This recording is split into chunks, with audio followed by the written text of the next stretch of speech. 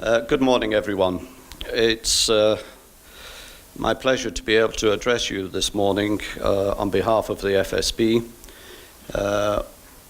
We believe that the developments that we're seeing currently in the alternative finance market are absolutely crucial to the SME sector in the years ahead. In particular, we as an organization, also a non-for-profit organization, have been calling for more competition in the finance market for SMEs. We have found increasingly that the provision of finance for growth in businesses is poor, and that this obviously affects the economy as a whole, particularly if you're thinking about productivity. We need to be able to source finance, to get investment going, and to develop our companies to a much greater extent than they are being at the moment. Providing small businesses with the confidence to explore the alternative finance market is crucial. It's absolutely vital. And for that reason, standards are particularly important. So we are delighted really to be here today to give support to the IAAF's initiative in this area. Now, other parties such as the British Business Bank are playing a key part in fostering competition and ensuring businesses get access to finance. But the one thing that I would argue very, very strongly is that the type of finance that is available has got to be appropriate to the particular stage that an individual company is at. It's not a one-size-fits-all approach that is needed, and that is what we've been getting from the traditional banking sector. We need much more bespoke financing that is tailored to the particular developmental stage of the company. And again, this is one of the reasons why we're happy to be involved with people such as the British Business Bank in increasing awareness of what is happening in the alternative finance market and putting the different government backed products under the British Business Bank does give a single point of entry for SMEs to go looking for alternative finance. But if I may, I would just like to give you very briefly an idea of the current state of credit conditions that are facing our members. The share of small businesses applying for credit has been steadily falling. In the first quarter of 2012, it was about 1 in 5 were applying for credit. That has fallen back to, in our latest survey, it's down to 14%. Why is that? To some extent, it could well be that those who are weaker have moved away from applying. They've just been discouraged.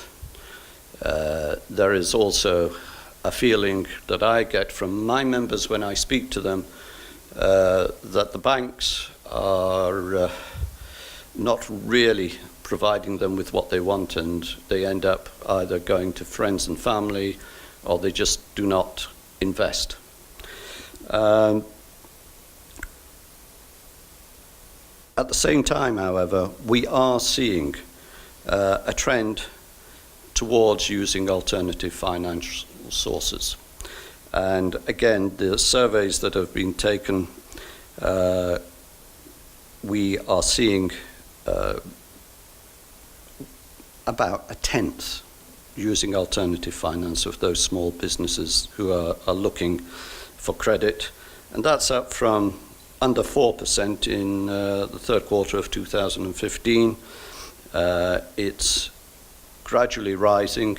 The awareness is rising. All the evidence that we have shows that whether it be invoice financing or other types of alternative finance, the general awareness amongst businesses is rising, but it is still quite low. There is nowhere near full appreciation amongst the sector of what is actually available. You still see about 80% of all finance that is obtained by SMEs is coming from the big banks. They have a dominant position, and along with the government and the British Business Bank, we're keen to see that dominance, shall we say, lessened. Now, we may see, as time goes by, a switch increasingly towards alternative finance. So we do need to have a look at the state of that particular market. Nesta's alternative report showed that smaller business lending now makes up about 12% of the market for lending to SMEs in the UK. Equity crowdfunding is about 16% of total venture stage equity investment. But again, that tends to be very dominated by London and the southeast. If you go to Wales, where I live, the availability of equity financing is virtually minimal. Right? So it's across the country, one has to have a look at the different regions and to see the availability that is across the whole of the country.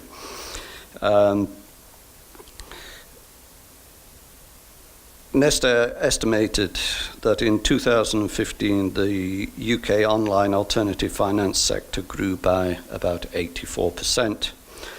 That equated to something like 3.2 billion in investments. It's clearly growing quite quickly, but in comparison to what is available from the big banks is still tiny. So we're at a very early stage. So it's at that early stage that obviously we need to set the standards and the platform for further strong growth. And again, that is why we're looking increasingly at how we can increase access and awareness on a sustained basis. Because what we are looking at here is not something that we want to see just as a short-term solution. We need a long-term solution to the financial needs of the SME sector. So what are the challenges for small businesses as we look ahead?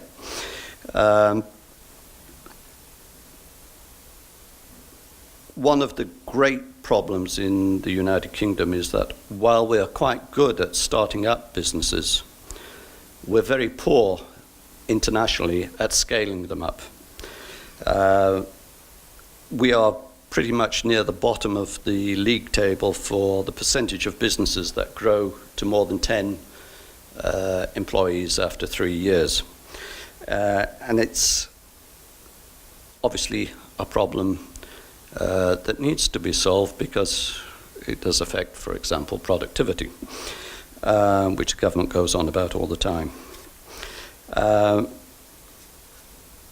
The diversity needs to be increased in the financial sector. And I go back to what I said earlier. We need this appropriate bespoke financing, and that will accelerate the speed at which our businesses grow. And again, I'll go back. The third challenge that I see is to make the availability of the alternative financial products to be even across the whole of the United Kingdom. It is patchy at the moment, but obviously an online presence makes it more available. But we would look specifically to see a much greater level of equity-sourced financing, of equity financing, to come about outside the southeast, which currently is accounting for about 70%. Now, one of the things that the present government has done is, and which is making us particularly encouraged, is the imminent launch of the government's designated referrals platforms. We hope that these will be in position by the end of this year.